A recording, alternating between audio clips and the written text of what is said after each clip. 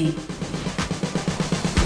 Robert Behnken and Douglas Hurley are at NASA's Kennedy Space Center in Florida to make final preparations for their historic flight. The two NASA astronauts arrived at the Launch and Landing Facility runway Wednesday after departing from Ellington Field near the agency's Johnson Space Center in Houston. They're slated to launch aboard a SpaceX Crew Dragon spacecraft carried by a Falcon 9 rocket on Wednesday, May 27th. Liftoff is targeted for 4:33 p.m. from Kennedy's Launch Complex 39A. The event will mark the first launch of American astronauts from American soil in nearly a decade. NASA's Mars Perseverance rover just received some muscle. The spacecraft's booster arrived this week at the Cape Canaveral Air Force Station's skid strip and was offloaded and taken to the United Launch Alliance, or ULA, facility. Perseverance is scheduled to lift off aboard a ULA Atlas V 541 rocket from Cape Canaveral Air Force Station in mid-July. Developed under NASA's Mars Exploration Program, the rover will search for signs of past microbial life. The agency's launch services program based at Kennedy is managing the launch. A large majority of the Kennedy workforce continues the job from home. Here's how some of your colleagues are getting the job done. We want to see what your new office looks like, whether you've taken over your kitchen table or turned a space. Imagine living in a modern metropolis full of opportunities, endless sunshine, Hollywood celebrities, and fancy cars. That was the American dream. That was Los Angeles in the early 1940s. But in the morning of July 26, 1943, in the middle of World War II, the sun didn't rise over the city. A throat-burning noxious gas covered the sky. Entire city blocks faded away. A thick fog that made people's eyes sting and their noses run had taken hold of the city. They were under attack, or so they thought at the time.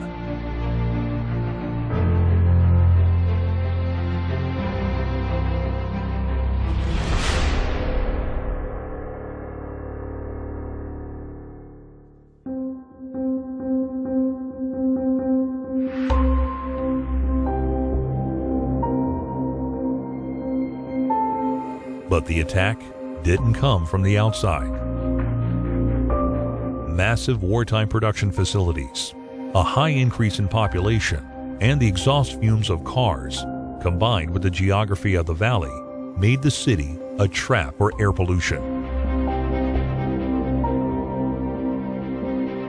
The day after the first event, city officials tried to control the damage by restricting emissions from power plants and industry. But while these efforts helped reduce air pollution, smog episodes continued to occur.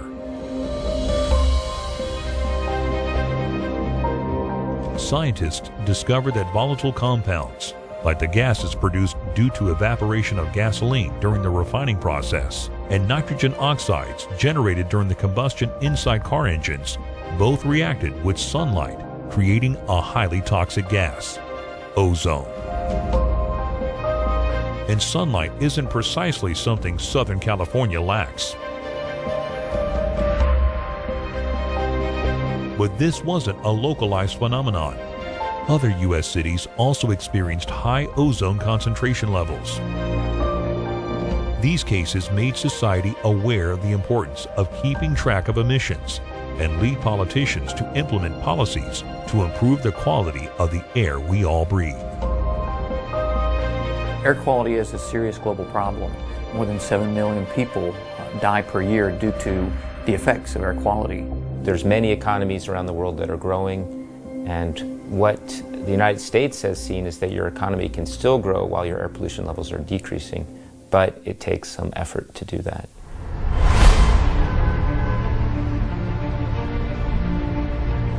The good news is that air pollution levels around the world are gradually decreasing.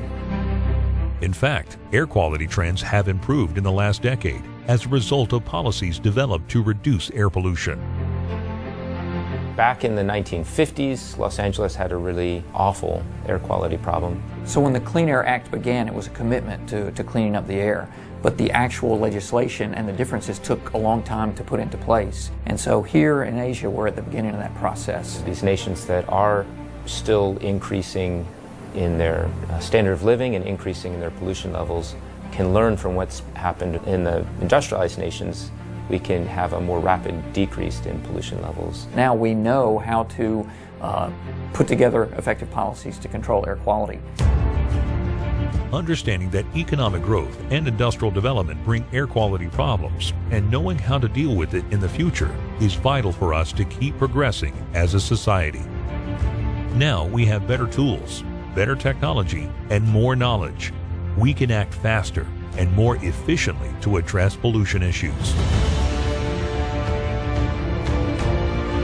Chorus AQ is an international cooperative field campaign between NASA and the Korean National Institute for Environmental Research. Ministry of Environment of Korea has put in a great deal of effort into improving air quality. By working with our Korean colleagues, we've been able to design a campaign that is very specific to their knowledge of the air quality problem from the past decades. Joint venture with NASA has provided us with many research opportunities. The air in our planet does not know of national borders or